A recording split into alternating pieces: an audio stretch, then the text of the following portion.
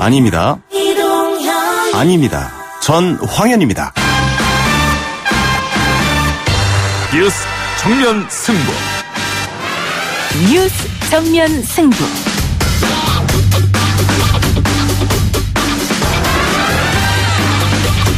여러분 안녕하십니까. 철저한 국민 눈높이 뉴스 정면 승부 스페셜 진행자 황현입니다. 어제가 저의 라디오 진행 데뷔였는데요. 데뷔 2일차 초특급 신인 시사 DJ가 준비한 오늘 내용부터 함께 들어보시죠. 수많은 의혹이 지금 나오고 있는데요. 사실은 이제 후보자 측의 어떤 소명이나 해명도 되지 않은 그런 상태에서 저희가 어떤 판단하기는 좀 이르다. 정의당 심상정 대표의 발언을 잠시 들어봤는데요.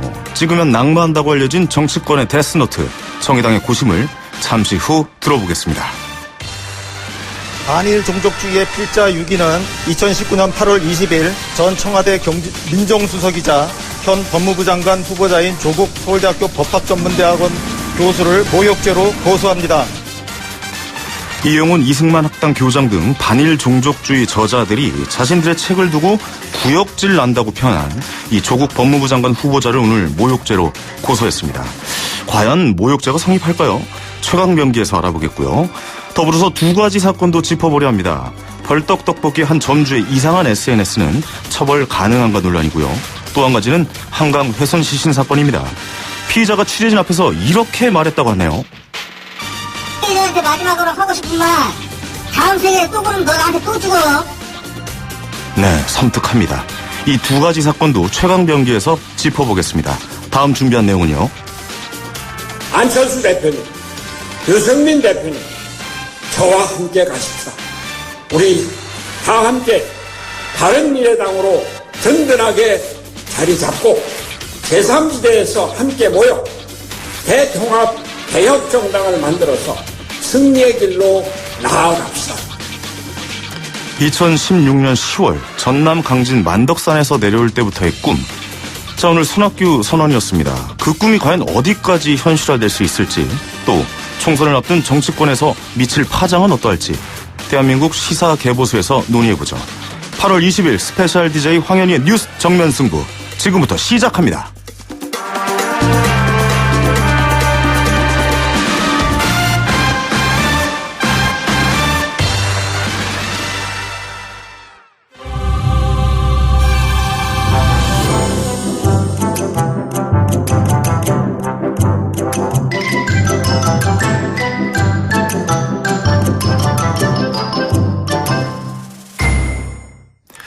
네, 정치권 이슈가 온통 조국으로 덮었죠. 그러다 보니까 정작 중요한 문제들은 좀 가려지고 있습니다.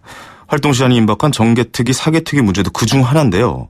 이 지난 6월 말이었죠. 원포인트 합의로 정개특위와 사개특위 활동 기한을 60일 연장을 했는데 이후 별다른 논의가 이루어지지 않고 있고요. 이제 열흘 후면 이 연장된 특위 활동도 종료가 됩니다.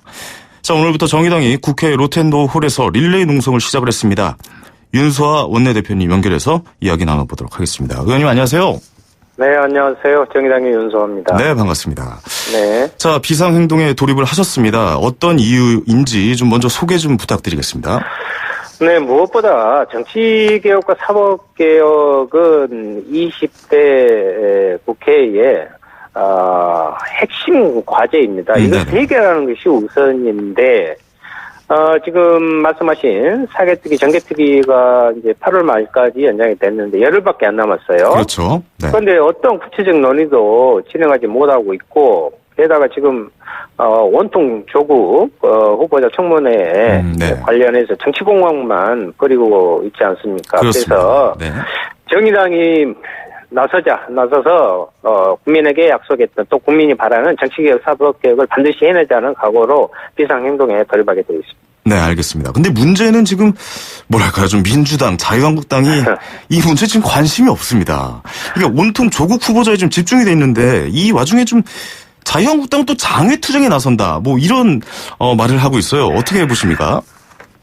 참 이해가 안 되고 모든 데는 행동인데요. 네. 아니 지금 법무부 장관이 중요하다는 건 사법개혁 때문이 아닌가요? 그런데 그렇죠, 예. 정작 중요한 사개특위는 자유한국당 위원장을 맡은 일을 어떤 회의도 열리지 않고 있습니다. 네. 결국 사법개혁에는 아무런 관심도 없이 지금 정치 공방만 벌이고 있는 셈인데요. 게다가 또 장애투쟁은 또 뭡니까? 갈수록 이제 뭐 지지율이 떨어져서 효자인 것은 알겠고, 네.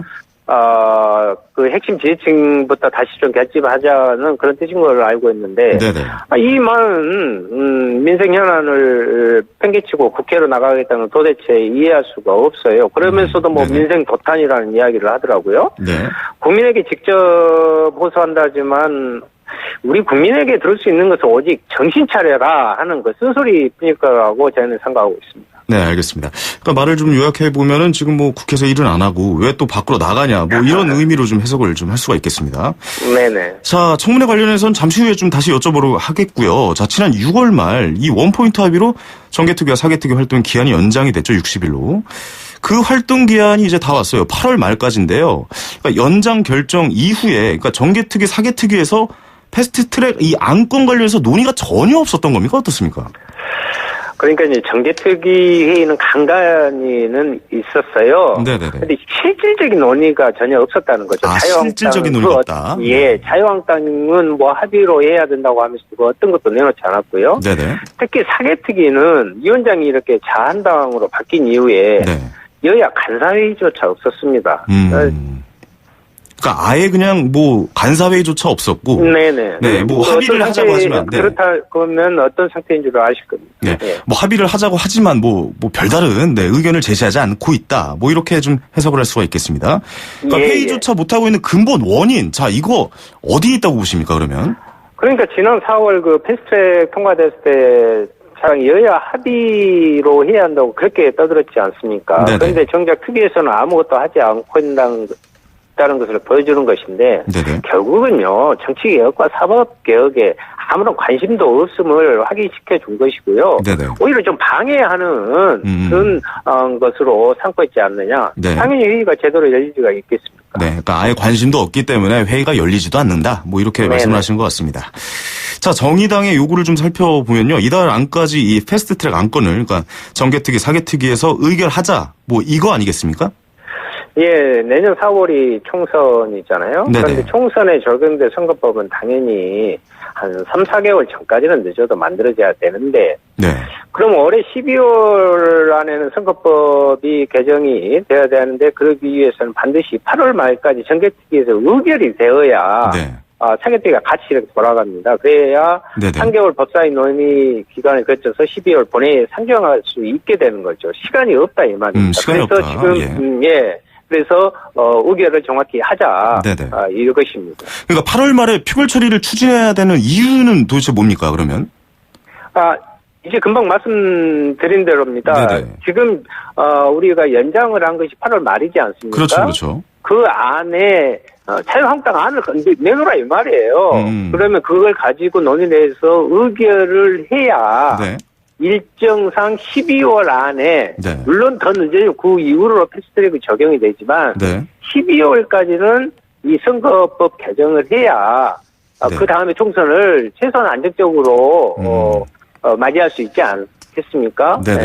그런 절박함이 있는 거죠. 뭐 결국엔 자유한국당 입장에서는 패스트트랙을 뭐 통과시키지 않으려 한다. 뭐 이렇게 좀 해석해봐도 될까요? 패스트트랙 자체를 뭐 반대하는 것은 뭐 이미 알려진 것이고요. 그래서 지금 이것을 계속 지연시키면서 방해 공작을 하고 있다고밖에 보이지 않습니다. 알겠습니다. 그러면 이게 뭐 정확하게 좀 이렇게 말씀을 드렸긴 했는데 8월 말 표결 처리에 대해서 민주당하고 자유한국당의 입장은 뭐 직접 좀 들어보신 겁니까? 어떻습니까? 자유한국당은 솔직히 말씀드리면 아예 관심이 없고요. 민주당은 8월 말 처리를 하겠다고 말은 강조하고 있습니다. 그런데 이제 그렇기 위해서 저희들은 이번에 자유한국당은 규탄하면서도 민주당은 결단하라는 모토로 지금 우리가 비상행동에 들어갔는데요. 민주당이 좀 더 적극적으로 나서 설득도 하고 논의를 좀 끌고 나가는 그런 모습을 보여야 된다 이 말입니다. 그러니까 민주당이 좀 적극적으로 나섰으면 좋겠다 뭐 이런 말씀인 것 같은데요. 그런데 이 문제 관련해서 그 바른미래당 오신환 원내대표와 좀 얘기를 좀 나눠 보셨는지도 궁금해요. 오신환 원내대표하고는 그렇게 하겠다는 원론적인 이야기는 확인을 했었습니다만은 뭐 어제 오늘 간에 이렇게 지금 만나서 만나서 이야기 나눈 것은 없습니다. 요 근래에 만나서 이야기 나눠본 적은 네네. 없으시다고 말씀하신 것 같습니다. 자, 그러면 이제 인사청문회 관련해서도 좀 질문을 드리겠는데요.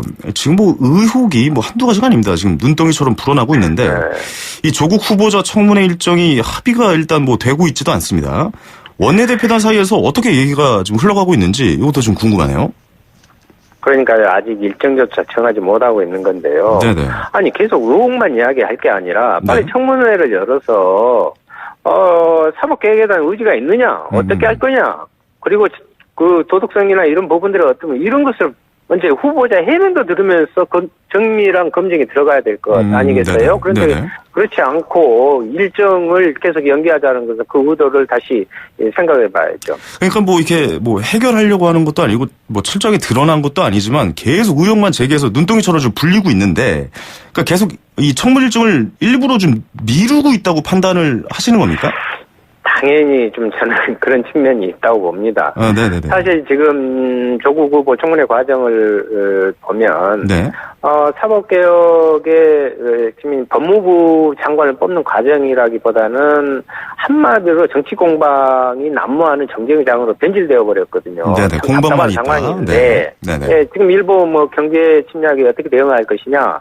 그리고 정치개혁, 민생연합까지 지금 해야 할 일이 산더미잖아요. 닥치고 있는 일이 많죠. 예. 그런데 오로지 이제 조국 청문회만 관심을 갖고 있고 거기에 네. 한술 더 떠서 이제 황교안 대표까지 24일부터 장애 투쟁 대응을 한다고 하니까 도대체 뭐가 중요하고 뭐가 먼저인지 모르고 있는 것 같아서 네.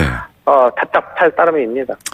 알겠습니다. 자, 정부와 여당이 이 인사청문회법에 따라서 이달 30일까지 청문회를 마치고 또 9월 2일까지 이 청문 보고서를 채택해야 한다는 거고요. 반면 한국당은 청문 보고서 제출 시한을 10일까지 또 추가할 수가 있다. 뭐 이런 조항을 들어서 9월 초에 청문회가 가능하다고 맞서고 있습니다. 그러니까 지금의 이 청문 전국이 9월까지 이어진다면 국회가 뭐 말씀하신 대로 다른 일을 좀 할 수가 있을까요? 어떻습니까?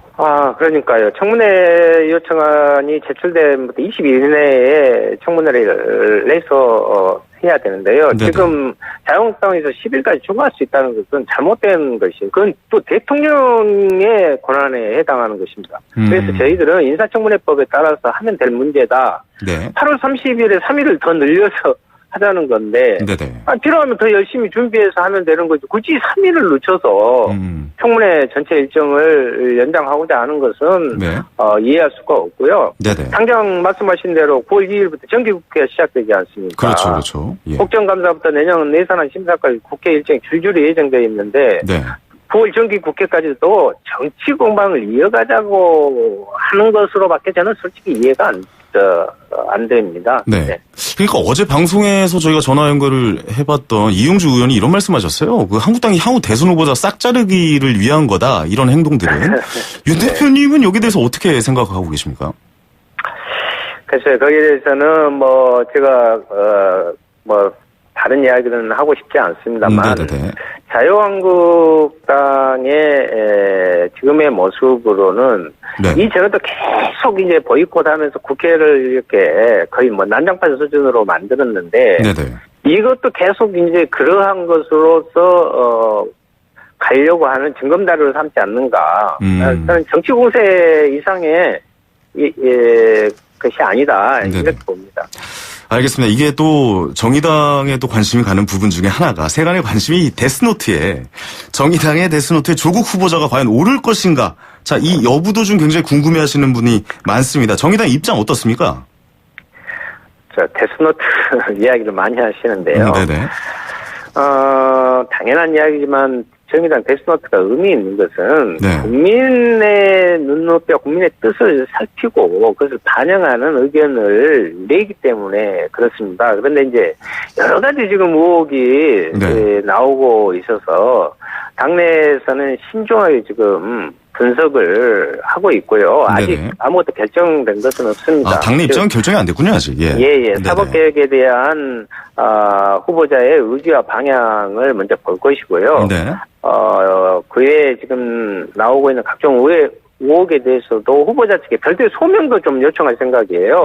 네네. 그래서 지금 여러 가지 의혹에 대해서 후보자 측이 청문회를 통해 모두 밝히겠다고 이렇게 하지 않았습니까? 그렇죠. 그래서 청문회까지 지켜보면서 그 전에는 자체 지금 검증을 계속 하고 있습니다. 그래서 네. 청문회까지 지켜보면서 판단을 할 예정입니다. 알겠습니다. 그럼 지금 말씀하신 여러 가지 의혹 중에서 특히 정의당 쪽에서 좀 주목하는 의혹, 과연 뭐 어떤 게 있을까요? 지금 여러 가지가 나오고 있는데. 저는 개인 가족사에 대한 지나친 네. 그러한 공방은 전체적으로 그렇게 너무 안 된다 이런 옳지 생각을 않다? 모두 발언에서도 좀 했었는데요. 네네. 근데 이제 펀드 관련 문제라든가. 펀드 관련 문제, 예. 예. 그것을 실질적으로 잘 좀 따져봐야 될 것이고요. 네네. 그 후에 다른 문제도 살펴봐야 될 것으로 보고 있습니다. 저희들 그런 지금 자료를 면밀히 하나하나 좀 분석을 하고 있습니다. 네, 지금 확인 중에 있으시군요. 예. 알겠습니다. 말씀 잘 들었습니다. 정의당 윤소아 원내대표였습니다. 감사합니다. 네. 자, 청취자 여러분은 어떻게 생각하시는지 좀 궁금합니다. 이 조국 후보자 자격 논란 문제없다. 자, 아니다. 이거 좀 사퇴해야 된다. 이런 의견 저에게 보내주시기 바랍니다. 자, 휴대전화 문자메시지 샵 0945번, 샵 0945번으로 보내주시면 되겠고요. 50원의 유료 문자입니다. 그리고 팟빵 라이브, 또 YTN 라디오, 보이는 라디오가 유튜브로 지금 생방으로 진행이 되고 있습니다. 올려주시면요. 저희가 방송에서 반영하도록 하겠습니다.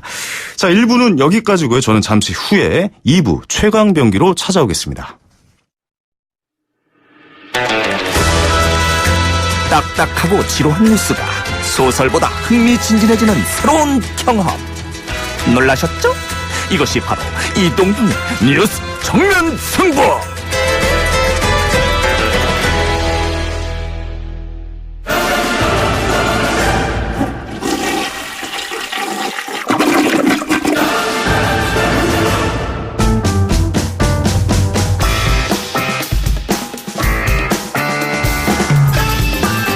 자, 황현희의 뉴스 정면승부 2부 최강병기 시작합니다. 날마다 쏟아지는 이 수많은 이슈들을 대한민국 최강 변호사와 최고의 기자가 시원하게 뚫어드리겠습니다. 엄태섭 변호사, 시사저널 유지만 기자 나오셨습니다. 안녕하세요. 안녕하세요. 네. 코너 제목이 참 마음에 드네요. 네. 전 병기 물 내리는 것까지 넣을 줄 몰랐는데, 시원하게 내려가고 있습니다. 자, 바로 시작해보죠. 자, 논란의 책, 반일 종족주의, 식민지 근대화론을 주장한 이용훈 전 서울대 교수가 대표 저자로 참여한 책인데요. 이 책이 요즘 베스트셀러에도 오르고 굉장히 좀 이슈가 되고 있어요. 근데 이 책 저자들이 조국 후보자를 모욕죄로 고소했다고요? 예, 오늘이죠, 이제. 이 저자인 이영훈 전 서울대 교수를 비롯한 저자 6명이 있는데요. 네네. 오늘 오전 서울중앙지검에 조국 법무부 장관 후보자에 대한 고소장을 제출했습니다. 네네. 이제 혐의는 모욕죄고요. 이제 어떤 내용이냐면 조국 후보자가 이제 지난 5일이었죠. 자신의 페이스북에 이 반일 종족주의 책에 대해서 이런 구역질 나는 내용의 책을 낼 자유가 있다면 시민은 이들을 친일파라 부를 자유가 있다라고 했다는 게 이제 문제인데요. 네네. 이 필자들, 그러니까 저자들은 조국 후보자가 책은 읽지도 않고 읽지도 않은 것 같다. 뭐 이렇게 언론의 칼럼을 인용해서 필자들의 이제 주장을 이제 일방적으로 비난했다. 하지만 이제 반일 종족주의 어디에도 일제 식민 지배 기간에 반인권적 혹은 반일륜적 만행이 없었다는 변호는 하지 않았다. 그러니까 우리가 마치 그런 변호까지 한 걸로 보였지만 그러지 않았다. 그리고 조국 후보자가 근거 없이 이 책을 비방하고 필자들을 매도해서 학자로서의 명예를 훼손하고 인격을 모독했다라고 주장을 했습니다. 네, 이게 요즘 굉장히 좀 이슈가 되고 있잖아요, 사실. 왜냐면 그 TV에 보도가 되면서 이렇게 폭행 영상도 저희가 확인을 했었고. 그러니까 책에 좀 사람들이 많이 관심을 보이는 거 있는 것 같은데, 그러니까 어떤 주장이 담겨져 있는지 좀 알려주시겠습니까, 책에? 이게 내용 사실 저도 직접 보지는 않았습니다. 사실 보고 싶지도 않았어요. 그 제목도 그렇고. 보고 싶지도 않다. 목차만 봐도 사실은 그 내용이 워낙 좀 그 일반적이고 보편적인 가치에서는 많이 동떨어진 내용들이 워낙 많았었기 때문에 그렇긴 했지만 심지어 이 보수 진영의 그 홍준표 전 대표 같은 경우도 그 SNS를 통해서 이건 아니다 싶다. 오히려. 보수 진영에서. 그리고 장제원 의원도 읽는 내내 심한 두통을 느꼈다. 문장 하나하나 잔인하다라고 표현했을 정도로 내용이 좀 이건 아니다 싶은 정도의 내용들이 있는데. 그러니까 보수 입장에서 볼 때도 이렇게까지 책을 쓰냐 이렇게 좀 평가를 하나 봐요. 특히나 이제 위안부 이제 성노예 문제죠. 이 문제도 네네. 뭐 매춘, 자발적 매춘이다라는 그런 취지의 발언들도 좀 있는 것 같고 성매매입니다. 예. 그리고 뭐 공창제 등을 이제 언급하면서 네. 정말 그 위안부 할머니들의 가슴을 아프게 할 만한 그런 내용들이 들어가 있었던 것으로 보이고 네. 강제징용 문제도 이제 거론을 했는데 네. 뭐 일자리 찾아서 자발적으로 간 것이다라든가 뭐 이런 식의 내용들이 있었어요. 이게 다 네네. 문제가 되는 내용들이죠. 어떻게 과연 이런 것을 책으로 만들었을지 저도 좀 약간 의구심이 들 정도로 너무 당황스러운데요. 또 민감한 독도 문제도 한국 영토임을 증명하기 위해 국제사회에 제시할 증거는 하나도 존재하지 않는다는 식의 또 전 제가 봤을 때 했어요, 이거 일본 사람도 이렇게는 안 쓸 것 같다라는 생각도 좀 들기도 해요. 그렇죠. 자, 그럼 책 내용을 근거로 했을 때 조국 후보자가 모욕죄로 어떻게 좀 처벌을 받을 수 있는 겁니까? 이게 이제 모욕죄는 이제 책의 내용하고는 사실상은 좀 무관할 수가 있어요. 책의 내용과는 다르다. 책의 내용의 어떤 당위성을 떠나서 네. 뭐 당위성과 관련해서는 저는 분명히 반대하고 그와 관련해서는 여러 반대 의견들이 있지만 네네네. 모욕죄는 어쨌거나 표현의 문제인 것이거든요. 표현의 문제인 것이다. 조국 교수가 그 SNS를 통해서 이제 구역질 난다라든가 네. 혹은 뭐 친일, 매국노, 그다음에 뭐 부역자 이런 표현들을 올린 것은 그 자체로는 모욕죄가 성립될 가능성도 있긴 있습니다. 아, 있긴 있습니까? 그러니까 단어 선택에 있어서 그 사람이 모욕을 느끼면은 그게 모욕죄가 성립이 되는 거죠. 이제 그 어떤 사람의 사회적 평가를 저하시킬 만한 추상적인 표현. 네네네. 혹은 뭐 경멸적 표현 이런 것들이 들어가는 경우에는 네. 모욕죄 성립이 가능은 하고 또 한편으로는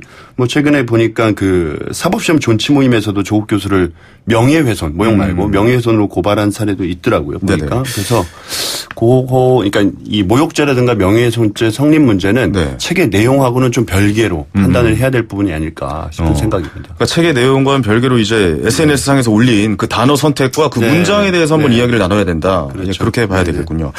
알겠습니다. 이용훈 전 교수가 지금 15년 전에도 위안부 관련 발언으로 논란을 좀 일으켰었습니다. 그때는 뭐 피해자 할머니들 찾아가서 사과까지 했는데 15년이 지난 시점에서 이런 주장을 반복하고 있는 이유, 이거 뭐라고 보십니까? 이거 이게 2005년, 15년 전이니까 2005년, 2004년 때 방송에 나와서 그 위안부에 대한 발언을 했다가 물의를 일으켜서 사과를 했었죠. 나눔의 집에 찾아가서 한 적이 있는데 최근에 이 반일 종족주의 책이 이제 화제가 되고 논란이 되니까 이용훈 교수 본인이 유튜브 방송에 나와서 입장을 낸 적이 있습니다. 이제 얘기는 뭐냐면 학자는 연구를 거듭하면서 입장이 바뀌어가게 된다. 그리고 그때는 이런 연구가 조금 부족했지만 내 생각이 달라졌다. 지금은 계속 발전을 시켜서 이제 확신을 하겠다. 뭐 이런 취지의 얘기를 그러니까 했습니다. 더 배우니까 그때 내가 사과한 것 자체가 잘못이다. 뭐 그렇게 해석을 해야 되나요? 더 논란이 강화되는 거죠. 오히려 그러네요. 본인 소신이라는. 과거에는 약간 아닐 수도 있다는 생각을 하면서 연구를 했지만 지금 해보니 내 말이 맞았다라는 생각을 하게 됐다. 뭐 이런 주장이죠. 거기 덧붙여서 본인이 여러 가지 사료를 깊이 있게 연구해서 이와 같은 결론을 냈다라고 하는데 그 사료들 사실 이제 학자라고 한다면 다양한 자료들을 바탕으로 그리고 본인의 어떤 소신이나 의사하고는 반대되는 입장의 통계 자료나 역사적인 어떤 사료들 이런 것들도 당연히 근거로 해야 되는데 이분은 본인한테 유리한 본인의 의사를 뒷받침할 만한 그런 내용의 사료들만을 연구하신 것 같아요. 보니까. 그러니까 보고 싶은 것만 봤다. 그렇죠. 뭐 이렇게 해석을 해야 됩니까? 뭐 네덜란드 그 정보부대 문건에서도 보면 강제로 여성을 동원했다는 내용은 분명히 나오거든요. 거기는 정확하게 명시돼 있죠. 나와 있죠. 일본 문건에도 그리고 일본의 언론에서도 그와 같은 유사한 취지의 내용이 나온 적도 있었습니다. 그러니까 사실 우리나라에도 그게 존재를 해야 되는데 일본 그 조선총독부에서 다 태우고 갔어요. 그거를 증거를. 참 그런 점에서는 좀 마음이 아픕니다. 이 명백하게 좀 증거로 드러나야 되는데. 그렇죠. 법률상은 또 증거가 가장 뭐 중요한 거니까요. 당연히 증거가 중요하지만 사실 우리가 명백한 여러 가지 사료들이 이미 있거든요. 우리나라에 국내에는 비록 없다고 하더라도. 그리고 할머니 생존해 계신 분들이 살아있는 증거이기 때문에. 그렇죠. 얼마 전에 한 할머니께서 내가 당했는 내가 증인인데 무슨 말이냐 뭐 이런 말씀을 하신 적도 있어요. 이 책 얘기는 더 안 했으면 좋겠어요. 기분이 나쁘네요. 넘어갈게요. 약간 저 노이즈 마케팅 같아요. 이게 지금 베스트셀러로 지금 서점에서 팔리고 있는 것을 보면 이러한 언론에서 이렇게 자꾸 거론되는 것 자체가 오히려 그 베스트셀러 노이즈 마케팅의 어떤 취지에 부응해 주는 것 아닌가 싶은 생각이 저도 사실 좀 고민을 했거든요. 이 책을 읽고 그러니까 왜냐면 이 다른 의견도 한번 들어보기 위해서 이 책을 읽어야 되는 것이냐 해서 책을 샀어요, 사실. 솔직히 말씀드려요. 그러다가 몇 페이지보다 덮었습니다, 사실. 예, 그거 뭐. 목차 보면 나옵니다. 예, 뭐 여기까지만 말씀드리고 넘어가도록 하겠습니다. 자, 다음 소식으로 넘어가 보죠. 자, 국회의원 부동산 자산 보유 관련해서 시민단체 조사 결과가 발표가 됐는데, 이거 좀 대중들이 또 이런 거 굉장히 궁금해 합니다. 예, 부동산 부자 국회의원 과연 누굽니까? 예, 오늘 그 시민단체죠. 경제정의실천 시민연합은 경실련이라고 하는데, 네. 올해 기준 가장 많은 부동산 재산을 신고한 국회의원 30명의 부동산 보유 현황과 임기 중 재산가액 변화를 조사한 결과를 발표를 했습니다. 네네네. 그러니까 이 30명, 그러니까 상위 30명만 발표를 한 건데, 네. 이들이 보유한 부동산 시세 총합은 4,181억 3,632만 원으로 나타났고. 그러니까 상위 30명. 예. 탑 30. 탑 30이죠. 예. 이완영 의원은 제외됐습니다. 그렇군요. 예. 그다음 평균 시세는 144억 1,849만 원입니다. 네네. 근데 문제는 이들의 공개한 신고가액은 네. 2,233억 4,346만 원이에요. 네네네. 그러니까 실제 시세액의 총합과 신고한 신고가액의 합이 차이가 심하게 나는 거죠. 그러니까 이게 뭐 공시지가와 실제 실거래세 거래 가격과 좀 차이가 있다. 난다. 그러니까 신고가가 시세가의 한 53%에 불과하게 나타났습니다. 그렇죠. 공시지가가 원래 그렇게 나오긴 하더라고요. 예, 아파트 뭐 이런 공시지가 보면은. 네네네. 그러니까 뭐 탑 5 5명을 꼽자면 네네. 1위가 이제 박정 더불어민주당 의원이었고 네. 2위가 김세연 자유한국당 의원, 그다음에 3위가 박덕흠 자유한국당 의원, 네. 4위가 홍문종 우리공화당 의원, 5위가 정우택 자유한국당 의원입니다. 그러니까 1위를 제외하고 이제 나머지 2위부터 5위까지는 네. 과거 이제 한 정당에 몸담았던 분들이시죠. 예. 그렇죠. 1위가 얼마 정도 가지고 계신 거예요? 박정 의원 같은 경우는 신고가액이 네. 352억 정도 나왔는데요. 예. 시세는 이제 657억으로 집계가 됐습니다. 657억이요? 예. 야, 어마어마한 부동산이네요. 예. 2위부터는 안 물어보겠습니다. 이거 뭐 그리고 또 하나, 이것도 들으시면 좀 그러시겠지만 이제 네네. 이 탑 30명, 그러니까 뭐 이완영 의원 제외한 29명의 부동산 자산 가치를 봤더니 네네. 임기를 시작한 2016년 이후 3년간 시세 기준 868억 원 정도가 증가한 걸로 나타났습니다. 엄청난 그러니까 증가네요. 평균 한 29억 9천만 원 정도의 시세 차익을 한 3년간 챙긴 걸로 나타났죠. 불로소득이네요. 불로소득. 예, 뭐. 그렇죠. 부동산은 뭐 거의 뭐 불로소득이죠. 네. 예. 근데 시세 기준으로 했을 때, 공시지가 기준으로 했을 때 좀 차이가 큰 건데, 네. 그러니까 대부분의 국회의원들이 부동산 재산 시세로 신고하지 않는다는 얘기가 되겠죠? 어떻습니까? 이게 사실 현행 그 공직자 윤리법상 네. 공시가격하고 실거래가 중에 이제 높은 금액, 높은 가격을 신고하도록 이미 규정이 돼 있거든요. 네네. 이게 선택적이 아니라 둘 중에 높은 가격을 신고하도록 이렇게 규정이 되어 있는데 법적으로 완전 규제가 되어 있군요. 이미 공직자윤리법에 되어 있습니다. 근데 일부러 뭐 의도적으로 낮춰서 신고를 한 것이다라고 봐도 그렇죠. 되는 겁니까? 축소해서 공개했다라고 네네. 볼 수가 있고 이것뿐만이 아닙니다. 사실 고지를 거부한 사례도 있거든요. 고지를 안 하겠다. 고위공직자의 경우에는 이제 뭐 직계 존속이라든가 비속의 경우에는 그 같이 그 재산을 공개를 할 의무가 있는데 뭐 예를 들어서 가족 독립생계를 그러니까 가족이 독립생계를 유지한다든가 혹은 타인 부양 뭐 이런 것들을 이유로 재산 고지를 거부했죠. 그걸로 인해서 결국은 이제 상대적으로 재산이 축소되는 결과 정당한 재산 파악도 좀 어렵게 되고. 아니 그건 그럼 뭐 강제적으로 이렇게 공개하게 할 수 있는 그런 법은 없는 겁니까? 이게 공개하게 되어 있어요. 공개하게 되어 있습니다. 근데 안 하잖아요. 그럼 뭐 처벌이 없어요? 그러면? 거기에 대해서? 처벌도 당연히 있는데 그와 같은 내용을 검증해야 할 인사혁신처에서 그 내용을 제대로 검증하지 못하고 있다는 거죠. 제대로 검증하지 않고 있다. 결국은 이게 이 문제는 결국 세 가지로 좀 요약할 수가 있는데 첫 번째는 이와 같은 축소 공개, 두 번째는 그 고지 거부, 그다음에 세 번째는 허술한 심의.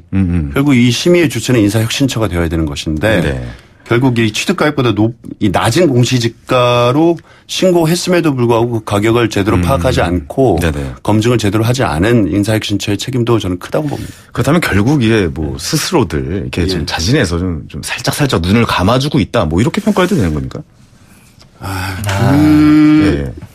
모르겠어요.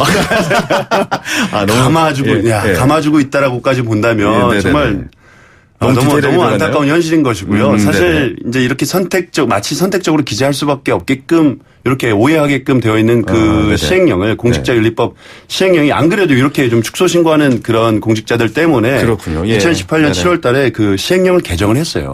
그래서 공시가격 또는 실거래가 중에 높은 가격으로 신고하도록 그렇게 그 개정이 됐는데 여기 한 걸음 더 나아가서 둘 다 신고를 하도록 해야 된다라는 목소리가 나오고 있어요. 뭐 최근에 경실련에서 발표한 것도 그렇고. 그러네. 실거래가 공시지가 둘 다 발표해라. 둘 다 발표해라. 둘 다 하고 그다음에 재산 형성 과정도 공개해라. 형성 과정까지. 취득 일자라든가 그다음에 취득 경위라든가 그다음에 그와 같은 재산을 형성하게끔 되는 원인이 되는 소득원까지도 공개를 해라. 그 정도면 거의 뭐 세무조사급이네요. 뭐 그렇죠. 근데 확실하게 그렇게 검증이 돼야지. 맞는 건 공직자들의 어떤 윤리성 검증 위해서 그 같은 것들이 필요하고 더더군다나 이제 기존의 법령으로 제대로 신고를 했으면 모를까 그렇게 되어지지 않고 있다라는 점 때문에 더더욱이 좀 필요성이 증가하고 있는 것 같습니다. 알겠습니다.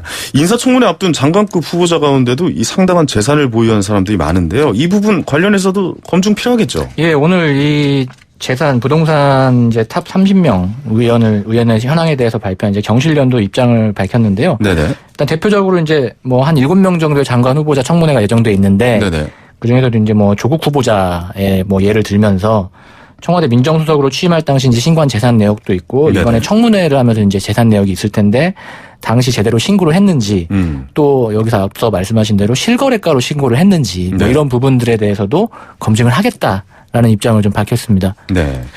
알겠습니다. 뭐 청문회 이야기가 나온 김에 문자 좀 몇 개 소개해드리도록 하겠습니다. 제갈무훈님께서 청문회 보고 결정해야죠. 아직 뭐 가타부타하긴 이른 것 같습니다라고 보내주셨고 저도 이 생각입니다. 빨리 좀 청문회가 열렸으면 좋겠다는 생각이고요.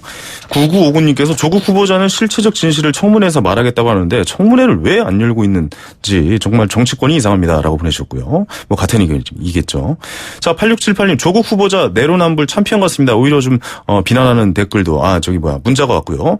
자 9887님 장관 자격에는 문제가 없다고 봅니다라고 해서 이렇게 옹호하는 의견이 좀 많이 갈리네요. 이 청문회 안에서도. 자 다음으로 넘어가 보도록 하겠습니다. 사건 사고 관련해서 최근 온라인 커뮤니티 등의 이 떡볶이 프랜차이즈 점주가 여성 고객에 대한 성희롱 발언을 올렸다는 글이 올라오면서 논란이 됐죠. 내막을 좀 먼저 소개해 주시죠.